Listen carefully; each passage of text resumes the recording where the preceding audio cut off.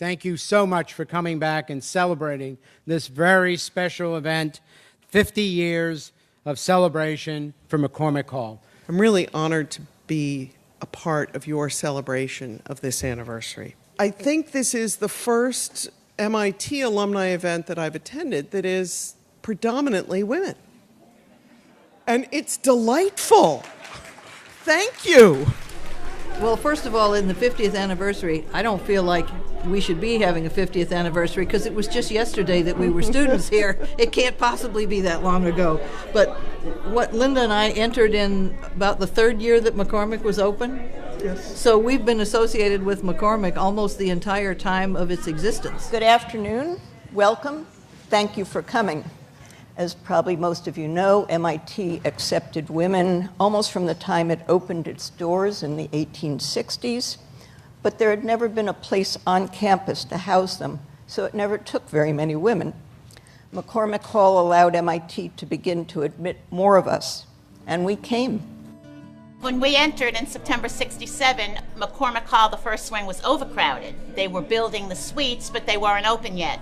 So we had to have a triple our first semester. And then in January of 1968, they opened up the second wing. So we were given the opportunity to be the first co-eds to live in the beautiful new second section with the suites. And for the next 3.5 years, we had a beautiful time up on the top of the 7th floor with a beautiful view and a wonderful experience. I chose MIT because there were 60 women in a class, and everywhere else where I wanted to study engineering, they either didn't admit them or there weren't any. So I figured, since I was coming from a high school with 60 women in my class, that this would be okay. I would still have some friends and a community to be in.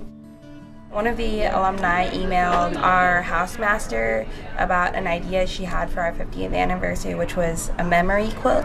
And then our housemaster directed her to me, since I'm the sewing room chair, to see if I could kind of get things going on the student side. And basically the idea is that both alumni and current students can contribute squares of their favorite memory of McCormick, and we would put it together in a giant quilt that'll be put on exhibition in McCormick. When we first came to McCormick, Mrs. McCormick was alive. She was a remarkable woman. And we lived through a great deal of social change, and to be associated with a dorm that was funded by this remarkable woman who was part of that social change for women. It's my presence as a part of history.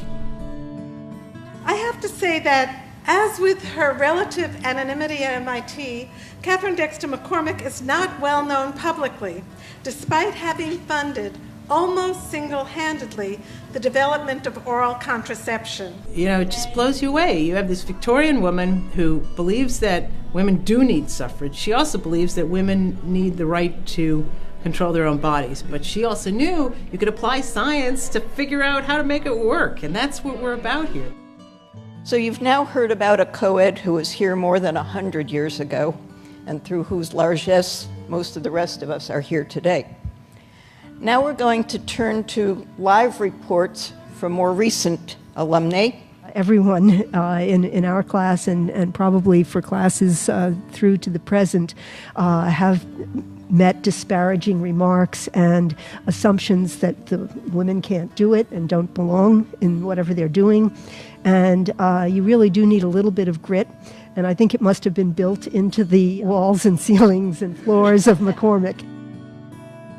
When Barbara and I were here, there were lots of rules for women. We had curfews, and boys were only allowed in at certain hours, and doors had to be kept open. I just wonder, were there lots of rules by the time you were there, or had they gone out the window too? I don't remember too many rules about that, to tell you the truth. So in 1971, I would think all the bathrooms were co-ed. And I don't think, it was very loose. Loose. In a good way. When I thought about my most fond memories of McCormick, they really are all related to my sorority. My sorority was founded here in 1977, and McCormick was where it was chartered. and my sorority is Alpha Kappa Alpha, and two of the women who pledged me are right here. And actually, McCormick and the sorority really were the start of a lot of my lifelong memories. And a lot of things that I've learned about philanthropy came from the sorority and also through living in McCormick. I think we all experience this when we're here. It's a very intense place where, yes, once you make it through, you're like, I can really accomplish and achieve anything now that I've survived it. But during those years, every semester, it's really helpful to have that sense of community around you. And I think that was the best part about living in McCormick. My roommate, the housemasters, the tutors, and having that community of the mixed classes there from freshmen through seniors. The magical thing that MIT really does is that you don't, or at least I certainly never felt like there was some sort of a barrier or shortcoming for me as a woman getting into MIT and doing what I wanted to at MIT. I literally never felt as if it was any sort of an issue. I felt like I could, when I graduated, I could do anything that I wanted in any industry that I wanted to. Our communities are composed of such diverse individuals who come from so many different backgrounds and bring so many different experiences and perspectives that are definitely going to change the world. Today's session was wonderful. I learned a tremendous amount. We heard some very inspirational accounts of some very highly successful students, and especially women students.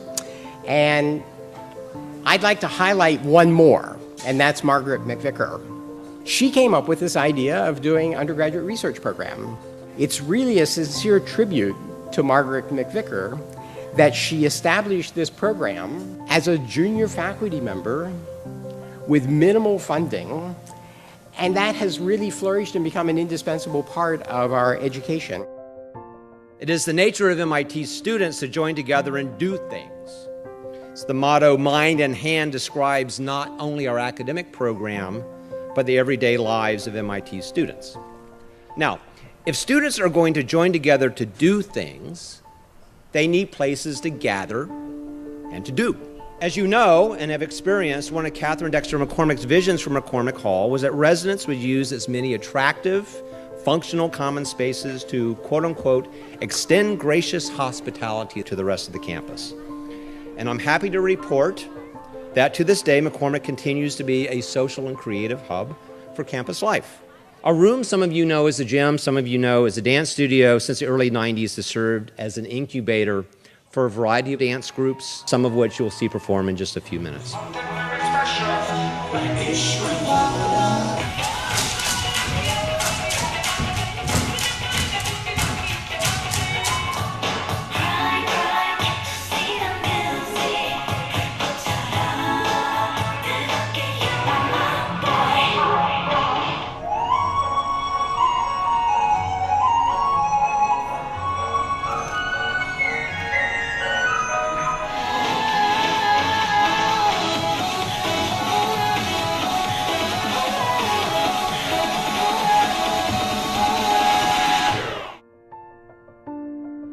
It's certainly true that McCormick is much more than its building. It's the people, and it's the people and the memories that have brought you all here together, but it also is a building.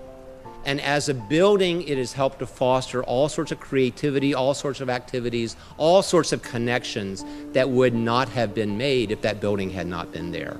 It's a glorious place to live. It's a glorious place to be a student. It's a glorious place just to wander around on a random night during the semester, to see people hopping around, to see people singing, to see people eating, to see people studying, doing all sorts of great things. So every generation it changes, but it's always the case that something great and active is going on in that wonderful building.